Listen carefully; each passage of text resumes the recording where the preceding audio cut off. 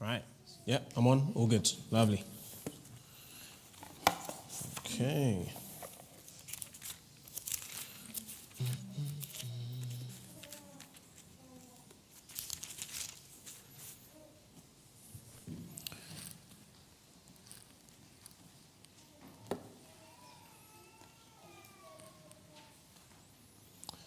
Okay. Morning, everyone. Morning. Let's pray before I start.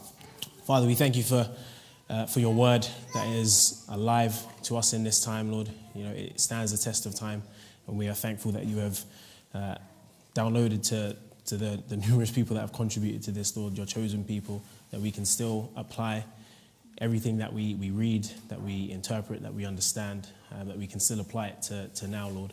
That your word is alive. May it continue to just change our lives, Lord, and those that we speak to, that your world just comes closer to you and just draws near to you, Lord, that your presence is just felt, not just in this building, Lord, but just throughout your world, Lord. And I just commit this time that we may just be open to receive from you, to hear from you, and to be changed by you. Amen. Amen. Cool. Always a pleasure to speak in front of you guys. So let's get straight into it. The first thing to understand, and probably looked at it last week, is to pick up on the last verse of the last verse or last sentence of chapter 1, and it says, "I was cupbearer to the king." I think it's very important to understand what the role of a cupbearer was in those times, what they did, and the responsibilities that they had, so we can get an understanding of Nehemiah as a person, and what his role was. And a cupbearer was a very prestigious role back then. You were seen as one of the advisors to the king. You weren't just. It's not like a literal word that you just presented the king with a cup or held a cup for a king. There was much more to it. You were seen as the kind of the taster or the tester for the king. So if anything was given, food or drinks or wine or gifts that may come from other kings, from other nations, or if there's a ceremony or something and someone presents something to the king and says, drink this, it was the cupbearer's job to sample that, to taste that first, to make sure there's no poisoning or anything that could harm the king. Okay? So in that sense, you can understand how trusting or trusted that role was. And King Artaxerxes was, let's say, very dependent on Nehemiah, but they had a very nice, strong relationship. Okay? If anything were to happen to Nehemiah, or let's say he became compromised, or there was a plot to try to kill the king or assassinate the king, which you find sometimes, it was that kind of thing. If someone got through to Nehemiah and managed to coerce him or something along those lines, it's like the king's life would be in immediate danger. That's the kind of level of relationship that the cupbearer would have with the king. So it's very important to understand that prestigious position, and how he would have spent a lot of time with the king. But most of his time, the king would have opened up to him about his thoughts, say his darkest fears or secrets, or whatever things he would do. He would probably, of course, he'd run it by the queen, of course, but he would also consult and seek advice from Nehemiah. So that cupbearer role is one of those kind of held in high esteem roles that we read in the Old Testament. Okay, I think it's very important to understand that Nehemiah wasn't just an ordinary person in the kingdom. He was kind of one of those royal advisors, if you will. Okay, so now we set that scene, and we come into chapter 2, and Nehemiah is deeply troubled. There's something weighing heavily on his heart, something in his mind that he just can't shake. I'm sure we've all been in that position where there's something that aches us, or wakes us up at night, or it stops us from actually sleeping. And it could be anything. And no matter how many times you try and distract yourself from it or think about something else, it's still there. And that can go on for days, weeks, months even. And we see in Nehemiah's case how this does go on for months. So it's about 4 months, it says.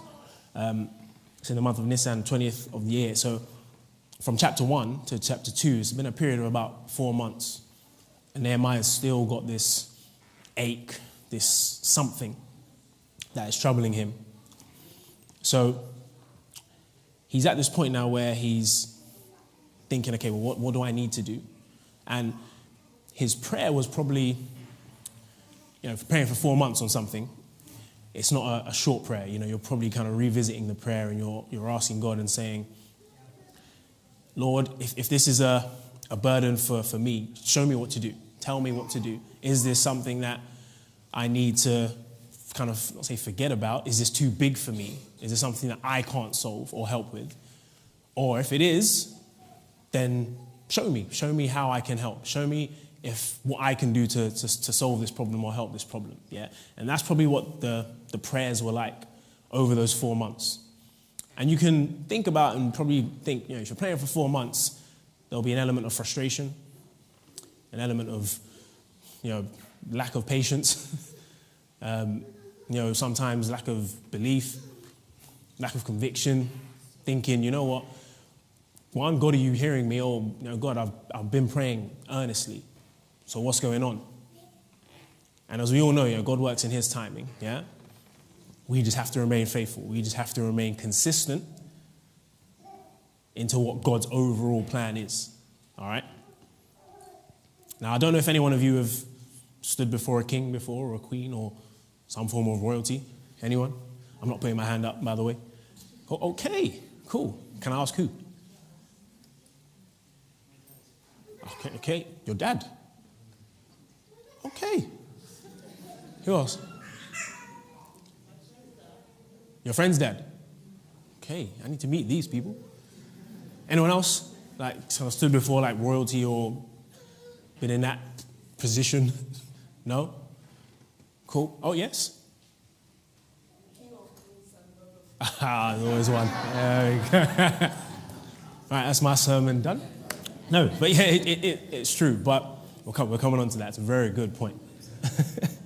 But you can imagine what it would be like, if let's say you all went home and it's bank holiday, but let's say Tuesday came and you got it might be a bit late, but all of a sudden you got an invite from Charles saying, I want your presence. I request it, however they word it. Your presence is required at the request of the king on, Saturday? Saturday the 6th of May. And you're thinking, oh, yeah, how would that perk you up? And thinking, oh, why me? Okay, right. Either you buy a new suit, dress, or you get your best out, make sure it's on point, you make sure you're ready.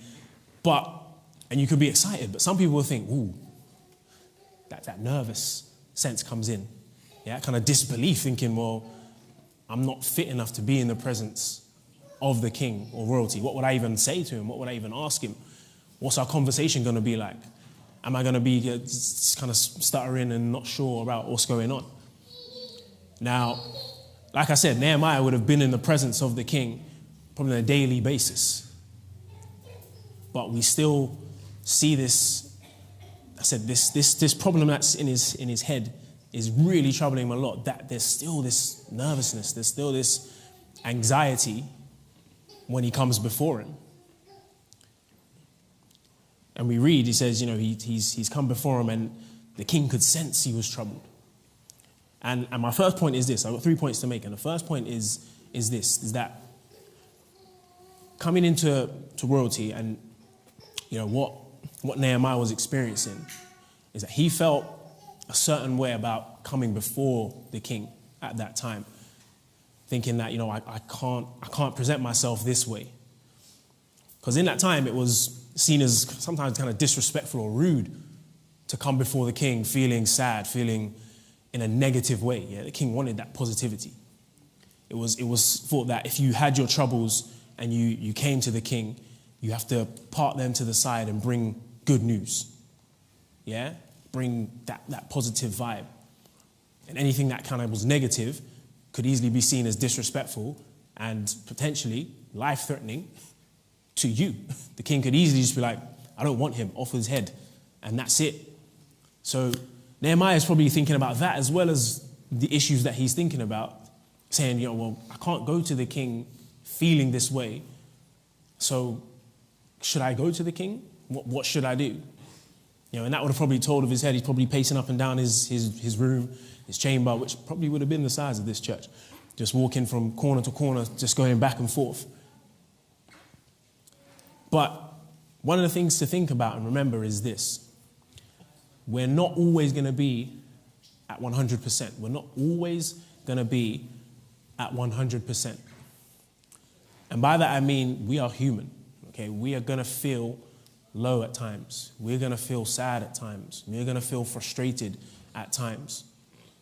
Yeah, we're going to feel despondent at times. We're going to have negativity. Okay, it's us. It's who we are. That doesn't mean that we can't still approach the King. Now, I'm not talking about Charles here, okay? But that doesn't mean that we cannot still approach the King. So Nehemiah still thought, you know what, I'm still going to approach Artaxerxes and, again, you know, see where this goes. And they had that relationship. Now, that relationship was close. But I'm sure we've all been in a point where, you know, you want to make a request of someone you deem in high authority or has kind of power or responsibility, not necessarily royalty. It could be a parent, it could be a boss at work. You know, you're trying to ask for time off on a period that you think they might say yes, but they might say no. Yeah, and you can feel a certain way. You know, you might be pacing up and down your own office, just wanting to get that extra Tuesday off so you have a long weekend. And again, you're thinking, well, am I in the right frame of mind? What's my boss thinking? Can I approach him with this request? What's he going to say? What's it going to be like? And you can sometimes talk yourself out of your own action. You can stop doing what you actually think you should do and what you actually should do because of your thoughts and because of your feelings.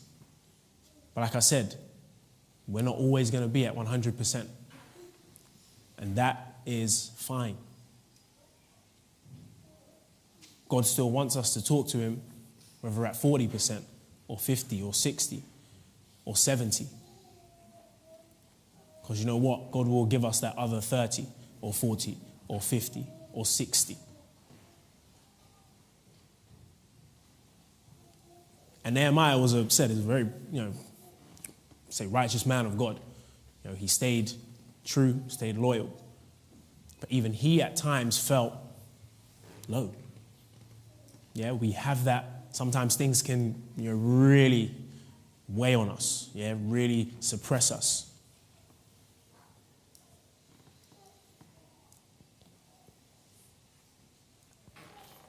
And it's important to understand that when things like that do come, we will feel, God has this way of sometimes making us feel exactly how he feels. So when some things that it aches you and it really presses on you, you got to then think, okay, God feels like this. And it really aches. It aches God. And you're feeling how God feels. So you can understand the true depth of this, the true severity of this. Yeah, God aches for his people. We've read that many times in the Old Testament. God aches for his people. Yeah, he always wanted them to return, always come back. You have to believe God knew that they would sway, that they would go different ways, but he always wanted them to come back. Yeah, the amount of chances that God gave his people is crazy. As a parent, sometimes you always think, you've got one more chance. You probably say it, you got one more. You got one more. And then that happens and you say, well, you got one more. And you just keep going. One, because you have that unconditional love. Yeah, you have that love for your child. And sometimes, you don't want to always, I don't want to say it's not discipline, but you can't help but just love. Yeah, you can't help but just love. And you give them another chance and another chance and another chance. And it's just that innate thing as a parent. Yeah, and God has that same innate as a father. Yeah, remember, God is love.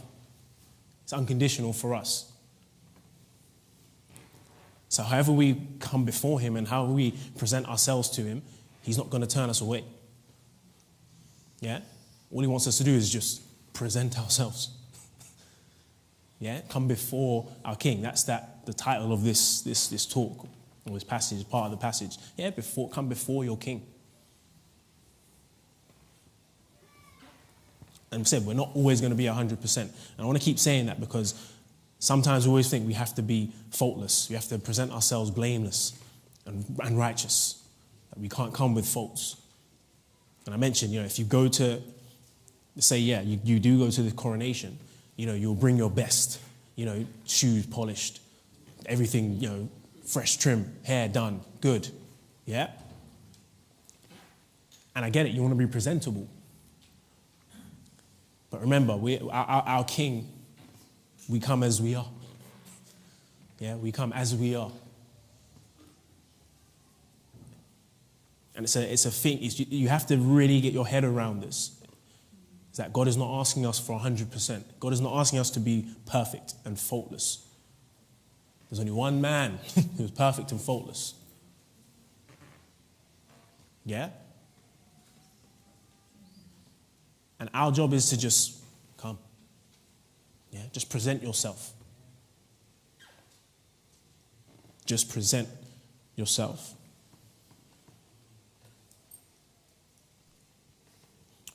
And then as we go through the passage, so looking into verse 2, so Nehemiah's come before the king and says, so the king asked me, why does your face look so sad when you are not ill? This can be nothing but sadness of heart. And Nehemiah says, I was very much afraid. Now, this is someone you've been around for a very long time. You've laughed, you've joked, you've cried, together. So this isn't a first time meeting. This isn't an off chance, just bumped into the king. No. This is someone that you have a nice relationship with. Yet you're very much afraid. It's one of those weird kind of, I'm thinking, and you look at it and I read it and I thought, why are you so afraid? And I get it, it's the king, there's always that reverence of someone in power, yeah? There's always that risk of, you could say the wrong thing to someone and then that's it, relationship's over. And in the king's sense, like I said earlier, sometimes you say the wrong thing or do the wrong action and that's it, off with his head, as they say. So even though Nehemiah knew he was in a position of authority and relative security, he knew that could probably be taken at the wrong request or the wrong statement or the wrong action. So you're sometimes, treading on eggshells.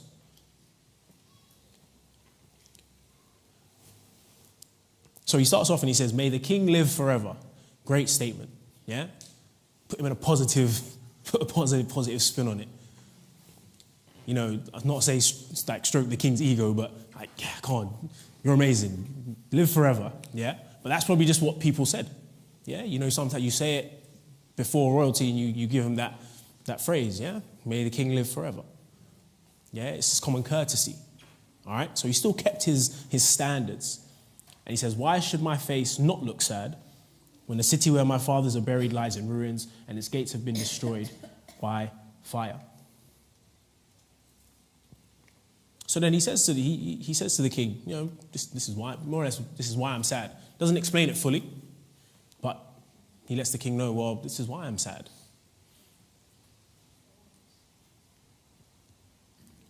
Then the king says, so what is it you want? What is it you request? What is it you request? And the next sentence is crucial. So the king says, what is it you request? And there's a pause. And you can probably imagine that Nehemiah just pauses. Because it says, then I prayed to the God of heaven. So he just took a moment. Again, we don't know how long. Probably wasn't a long prayer, but he invited God into this situation right now. Said, God, I'm in this moment. Be with me. Take control of this. Yeah, I need you because this is above me. This is you. And remember that God is above all. Yeah, God is above all. God is in control of every situation. This whole situation that Nehemiah was going through, that he was experiencing, he realized that this wasn't something that he could do. Yeah, remember, he'd been praying for 4 months. So there's no point in him stopping now and saying, right, I'm before the king. Let me make my request just off what I want. Yeah, this is still God at work here. This is still part of God's plan. And you have to believe that Nehemiah would have, understood parts of God's plan over that time. God would have, explained parts of the plan, would have shared things. Okay, this will happen. Yeah, or given Nehemiah different words, different pictures, different imagery to show and say, this is where we're at. This is what's going to happen. But remember, I'm with you. Don't forget me in that time. Then I prayed to the God of heaven, and I answered the king. He might have been because of his nervousness and his anxiety, he probably didn't know what to say. It's kind of like, you probably have said, like, you've probably done it when, as a child, or your parent asks you, so what do you want? And you kind of, you want to go outside and play, or you want some money to go cinema or something, and you kind of start stuttering and trembling before your parent. And no, so what do you want? And I was wondering. You start using these filler words, and I was wondering if I could possibly attain, and it doesn't make sense. Yeah, you're waffling. And Nehemiah might have been in that position. We don't know where he's king. I was thinking, how we're good friends, and maybe, and if you found it right by me, or could you possibly, and what do you want? Yeah, just tell me. What do you want? What do you request? And I find it interesting that we all probably go through that. Yeah? We all probably go through those same queries, same situations. And he was probably stuttering, and he said, you know what, right, I need to pray. God, what's your request? What's your request of me? Then he answered the king.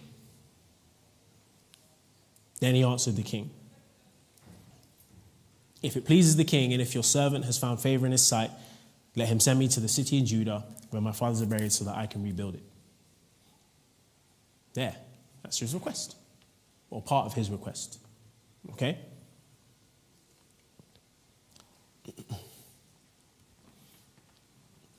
And the simple thing is that if you allow God into this situation, you'll be amazed how he responds. Yeah, you'll be amazed how God then says, right, okay, you've invited me in. Now we can move forward. Yeah? You've understood. You're understanding where we're at. God will take control, and things will happen. Sometimes we can get really glossed over and be in such a moment, and probably in our own heads, that we just neglect what God is. We neglect kind of where we are, or who's really in control in our situation. And we just act. And then we're surprised when things don't go right. And then we ask again, well, God, where were you? Remember, God wasn't far. God was just waiting for you to invite him in.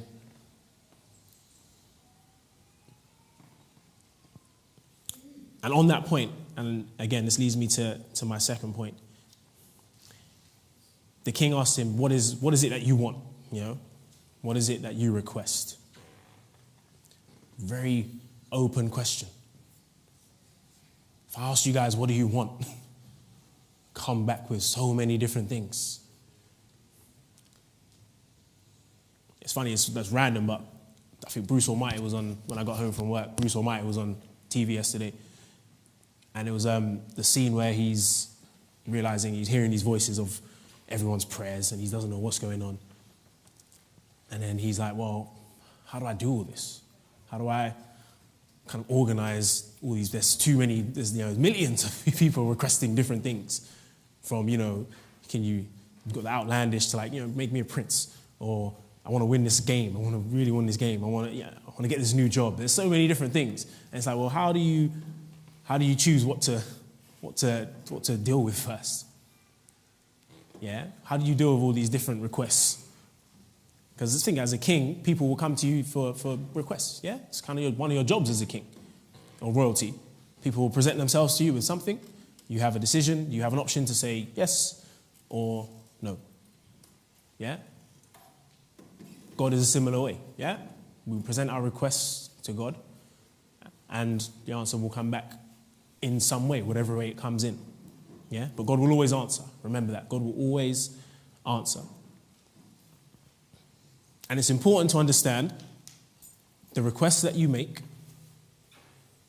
and the people you choose to share with.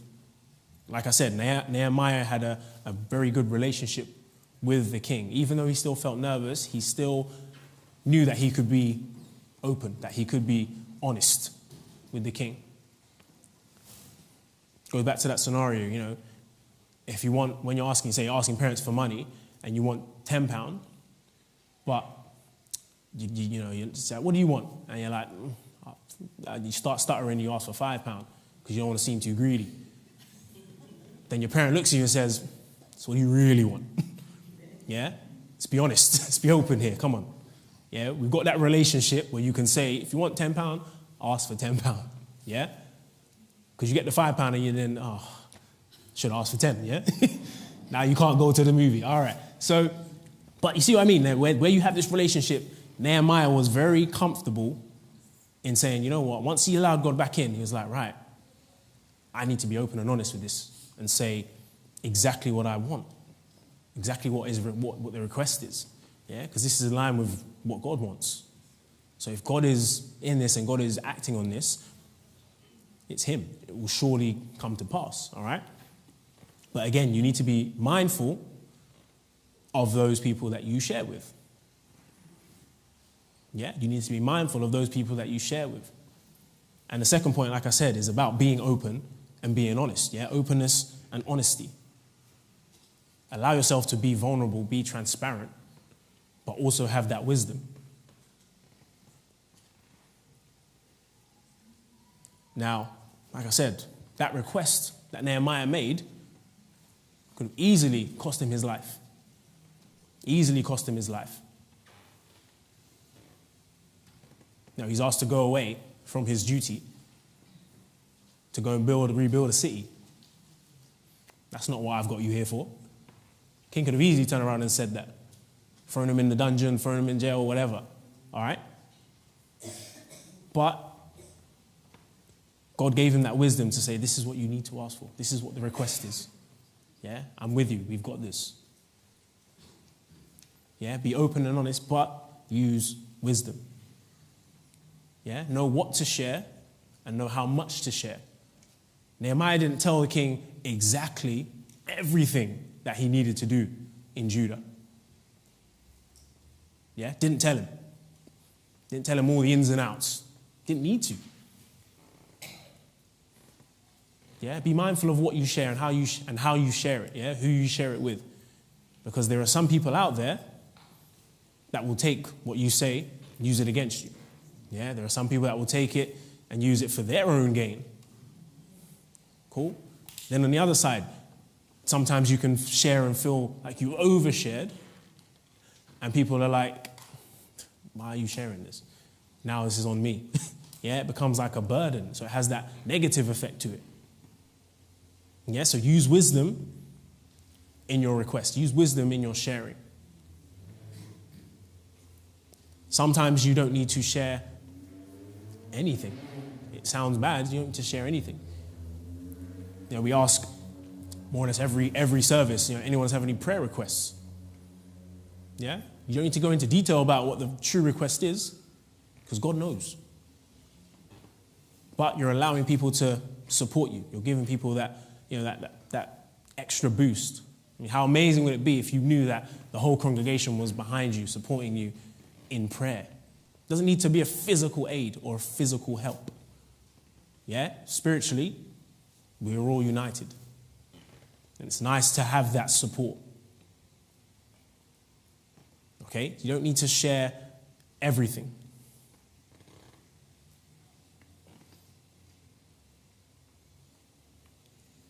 But at the same time, you don't want to be closed off. Yeah? You don't want to be the complete opposite where, again, that anxiety and that stress takes over. as long as we keep in tune with what God wants to say, and we have that support network, we know we can go into any situation ready. It reminds me of that scene it just came to me today, this morning. I was in there just kind of spending time before the service. And came to me that image of in the Avengers, in Endgame, before that final battle. And Captain America's just, like, they've died, they've tried to do everything they can.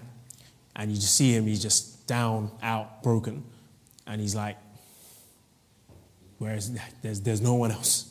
This is it. We've done everything we can. And then he just hears a small voice.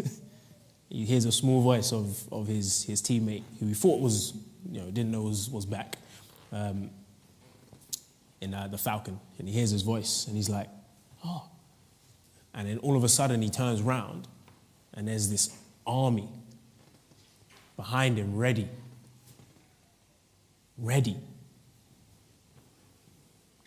And it just gives him that extra boost, that support. He knows that he didn't necessarily say and cry out his request of, I need you, I need people. But internally you could see, I need you. We need this. And all of a sudden, it's delivered. And that's what it can be like for us. Is just understanding that when we're vulnerable, when we are open and we are honest, not just with ourselves, but when we come before God, that God can truly listen. He can truly help us now. Because we've been vulnerable enough to say, God, this is exactly what I want. This is exactly what I request of you. And if it is your will, okay. But if we try and hide things and leave little bits out, it becomes a bit grey. And God's not really sure, well, so what do you actually want?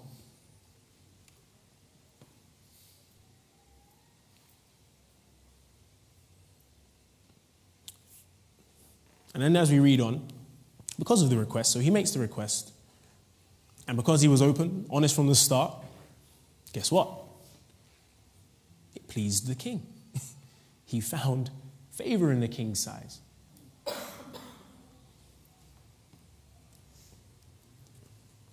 We read in verse 6, then the king, with the queen sitting beside him, asked me, how long will your journey take, and when will you be back? We don't know how long the king thought about it and pondered, but he probably sat there and said, okay, sure. And again, it's that parental moment sometimes where you're like, oh, finally, you've asked me. All you had to do was, I know, and the king probably had an idea, there was something, that I said there was something troubling him. And he's like, just come and tell me. I'm here. Like, we have that relationship. Just come and talk to me. Ask me. Yeah? At least then I know what's troubling you. At least then I know how I can help, if I can help. And the request came. He said, yeah. It's kind of like, yeah, sure, finally, you've asked me. All you had to do was ask me. Yeah, fine, go. And it pleased the king to send me. So I set a time. And you kind of think, Nehemiah just went, okay, no. Right, we're back to ourselves. Now we can talk about, all the stuff that we used to talk about and kind of have fun again. Yeah, that weight's just released. Okay. And then we move forward. And then he starts making all these other requests. He's like, right, I've got this one. Okay, yeah, well, now I need this. But there's a confidence now, yeah? Because he realizes that, okay, God, you are with me in this. Yeah, I probably may have not say forgot for a bit, but God, you are with me in this. You are in control of this situation. So let's go.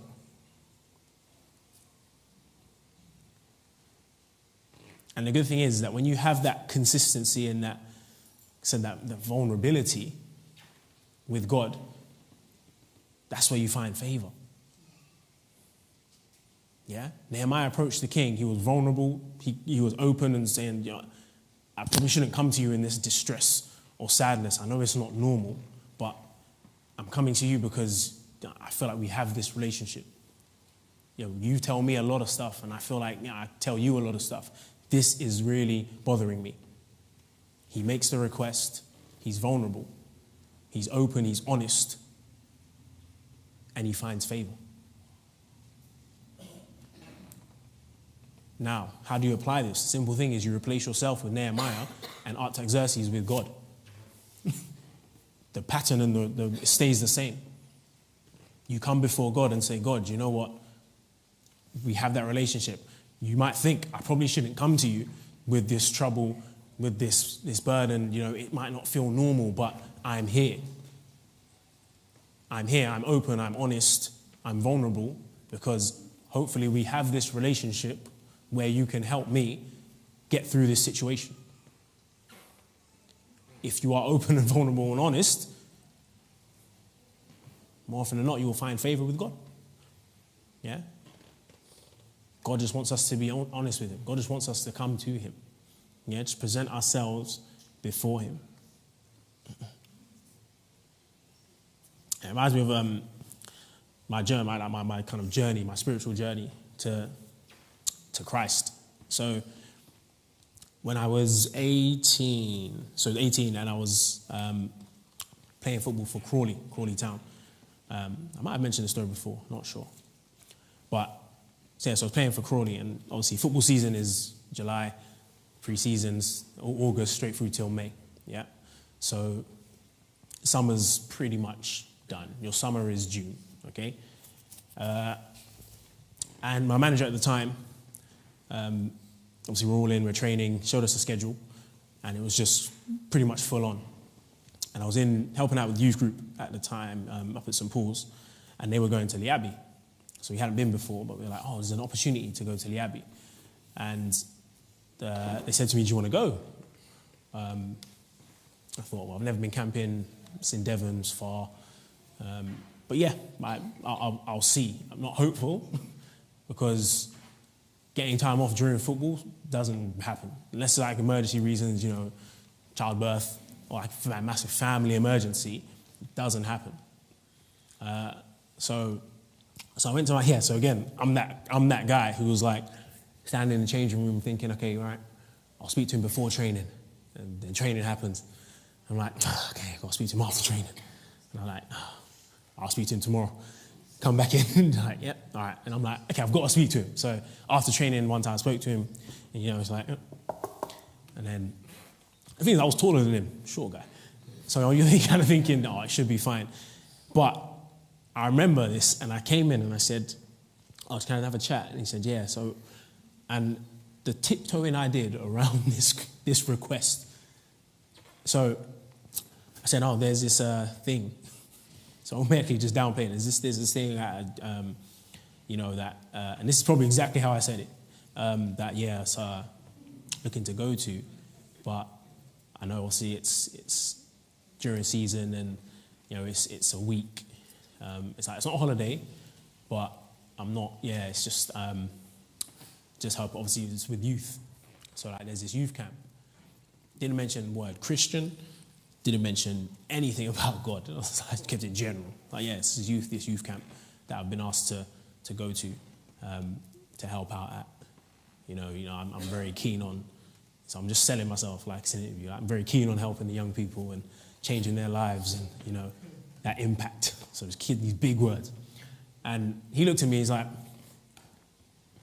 you haven't said anything. I was like, you know what? Yeah. So he said, yeah, so what do you want? I was like, so yeah, I just wondering if possibly, you know, I can. And I was sitting there, it must have been about 15 minutes, and I'm like, and then it was just a disaster. and he's like, so, like, Tyrone, talk to me. Tell me what is it that you're doing? What, you know? And I said, okay. I was like, it's either going to be a yes or no. I'm like, why am I so nervous? He said, yeah, what is it? I said, well, I was just. Yeah, they still don't mention the word Christian. I said, it's this youth camp down in Devon that I've been asked to go to for a week.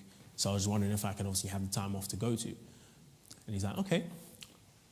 So what is it? What's it about? Like, you know, what are you going to be doing there? And I said, oh, you know, it's just activities and things and stuff. And I was like, oh, he's like, so what is it? Is it, you know, he started putting words into me. He's like, is it, you know, is it just a general thing? Is it an organization? Like, and he said, is it a Christian thing? And I was like, yes, you said that, not me. I was like, yeah, so it's Christian. It's it's Christian youth camp. And he goes, oh, okay. Yeah.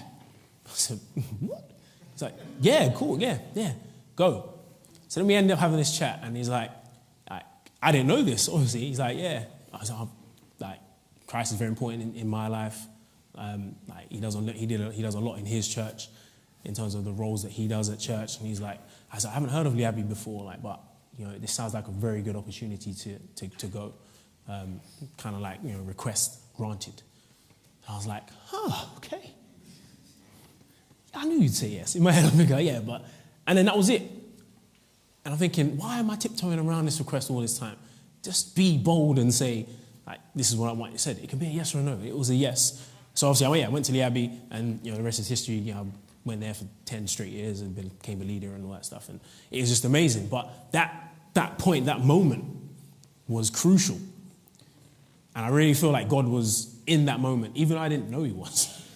But again, I kind of tiptoed around this request because there was nervousness, there was a little sweat, and it was just daunting for some reason. I don't know. I kind of was like, why? Why is this so daunting? But sometimes talking about Christ can be weird. Now, for me as an 18-year-old, it was just like, can't mention the word Christian in football. What? That doesn't make sense. Can't ask to go to a Christian youth camp when the season's about to start. So I missed 2 games, but came back, and and the first thing I came back, he was like, how was it? Like, tell me everything. I was like, oh, so you actually want to know? Great. And why I'm saying that is, again, I wasn't open and honest at the start. Yeah, I was tiptoeing around the request. But as soon as, again, now whether I said it's God intervening and putting that in the manager's head to say, like, go on, he needs a bit of support here. Yeah, you get it out of him. So then we can move forward. And I was like, okay, God, and to be honest, that was the part of the journey that actually, where in terms of finding Christ and actually accepting Christ properly for me was at Liabi. So I'm very thankful, grateful for that situation to kind of get me to this point in my life. And we've all probably had that moment, or it might be yet to happen, or had some of those moments where if we were bold enough to make that request and bold enough to come before God and say, God, this is what I truly want. Let's make it happen. And if it aligns with God's will, cool. It will work. Yeah, you just have to be open and receptive to receive it. I'm just going to read a couple of verses in Proverbs 3. Let's find it. This is one of my favorite verses, verse 6. But I'll read verse 4 as well. And it says, so Proverbs 3, verse 4 to 6. Then you will win favor and a good name in the sight of God and man. Trust in the Lord with all your heart. Lean not on your own understanding. And in all your ways, acknowledge him, and he will keep your paths straight. In all your ways, acknowledge him, and he will keep your paths straight. So when we allow God to be in control and we recognize he's there, he will keep us on that path. He will keep us on the path he has for us. We will win favor and a good name in the sight of God and man. Trust in the Lord with all your heart and lean not on your own understanding. And we see this with a lot of God's chosen in the Old Testament. See it with Samuel, 1 Samuel 2:26. And the child Samuel grew in stature and in favor, both with the Lord and men. So that growth that comes, as I said, not just a physical growth, but spiritually, you see that growth. And that favor then continues to come. That favor continues to come, it said, in the sight of the Lord and in the sight of man. Yeah, God wants to bless us. Yeah, God wants to bless us. God wants us to have. Yeah, but we need to do our bit first. And then, so yeah, what does this mean for all of us?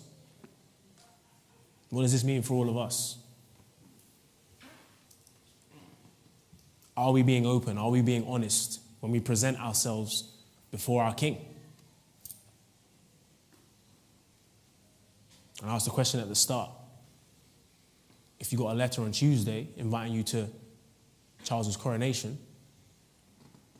if you had one request, what would your request be?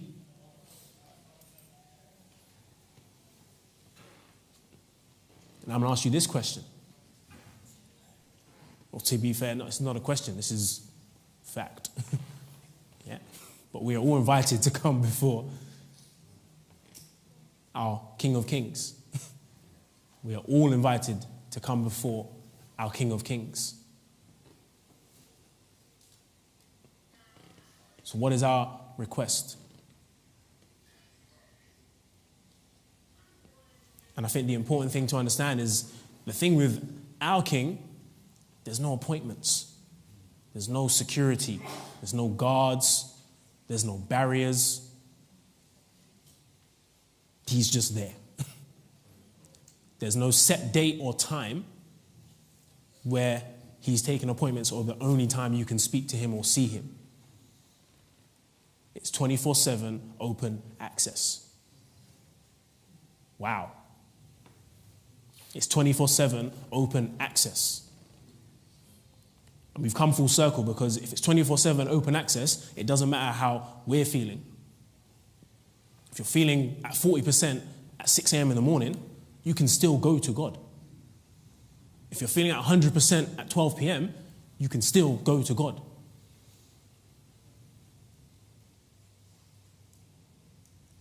Don't have that fear. Don't let fear stop you. Don't let fear stop you from being open and honest and coming before our King. Yeah? We have that reverence. We respect God, 100%. Don't be afraid of God. Do not be afraid of God. I'll say it again, do not be afraid of God. Simple thing is seek him in all you do. Seek him in everything. Put him first. Favor will come. I'll leave you with this last verse from Proverbs 8:35. And it says, "For whoever finds me finds life and obtains favor from the Lord." For whoever finds me finds life and obtains favor from the Lord.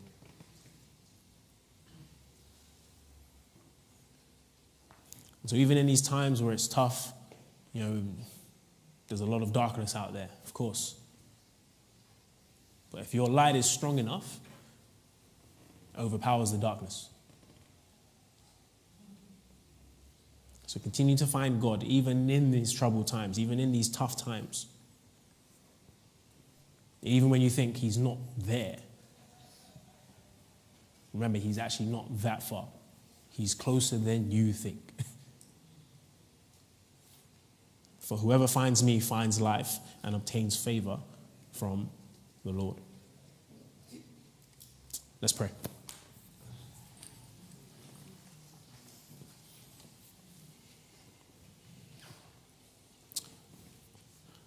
First of all, Lord, thank you for who you are with us, who you have been to us, that we can learn from your servant Nehemiah, and how consistent and how loyal he was, how open and honest he was before you, that he recognized that you were in control.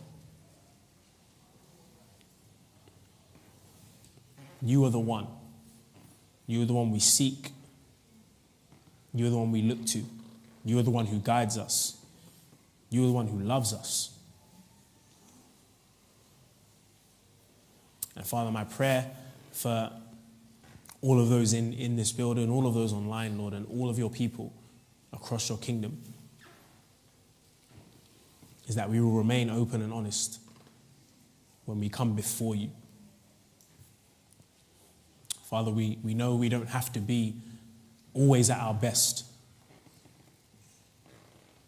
Father, we can present ourselves to you at any time, in any moment.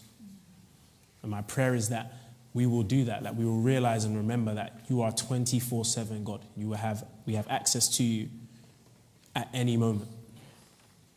We can make our requests known to you at any moment.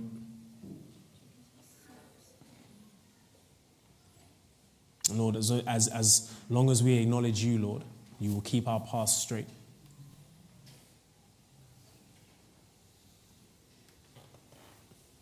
And Father, whatever barriers, whatever things that may stop us from coming to you, Lord, Father, I pray that you remove them, that you will break them down.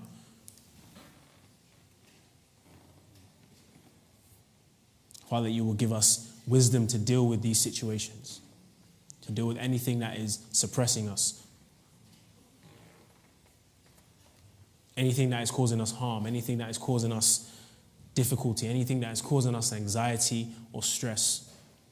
Father, if it's not of you, in your name we remove it. Father, because of what Jesus did for us, we can come to you faultless and blameless. Father, we are not perfect, but you are perfect.